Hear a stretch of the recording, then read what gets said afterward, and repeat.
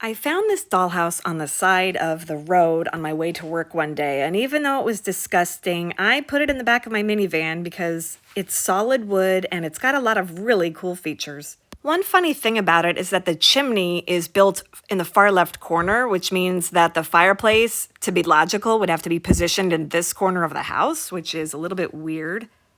But one of my favorite things about this house is that the bathroom is set back from a hallway, which means that the little dolls logically would not have to cross through a bathroom to get to a bedroom. And I always like realism like that in a doll's house. So this dollhouse looks like it was stored somewhere where it went through extreme water damage. That's me setting it up as a meth lab. So you can see the extent of the damage. That wallpaper had to be completely removed. You know, sometimes I'll just paper over other paper, but in this case, I'm like, there's literally mold in that room with the orange carpet. And so I knew I was going to have to scrape everything away and start from scratch, and also there's the mold right there. Hit the moldy parts with bleach, and also wear an N95 mask and do all of this work outdoors while wearing gloves. So one of the first things I did was immediately rip out this disgusting staircase.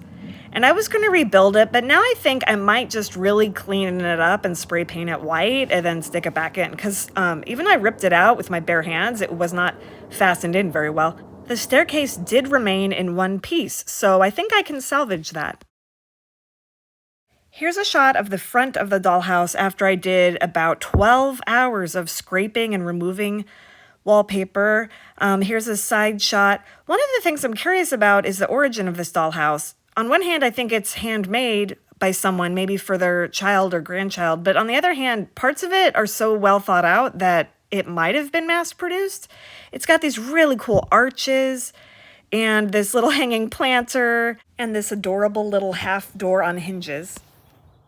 The house came with all of these little curtains on rods. It looks like somebody sewed at home. I mean, maybe they were mass produced. I don't know. They're too dirty to reuse, but I think I'm going to make new ones based on the old ones. Okay, so what I found to be most effective with scraping all that wallpaper off was this little mini tool that holds a razor blade. I got it at Walmart for like $3. And then with it, I bought the 10-pack of replacement blades. And then the tool came with 5 blades. And so I would go back and forth between spraying that crud cutter spray on the wallpaper to deactivate the glue and then using the razor blade. And then every few hours I'd go and sand everything down with this sanding block, which has removable sandpaper sheets that come with it. And this is the back of that package. And then TSP was really the magic ingredient because after all the wallpaper was gone, the brownish old glue remained. And so you take your TSP, you mix it with water, read the directions on the back of the package. And then when I use a latex glove on my hand to do this part, because it can irritate your skin. And basically just dip your microfiber cloth into your TSP water solution and just start scrubbing.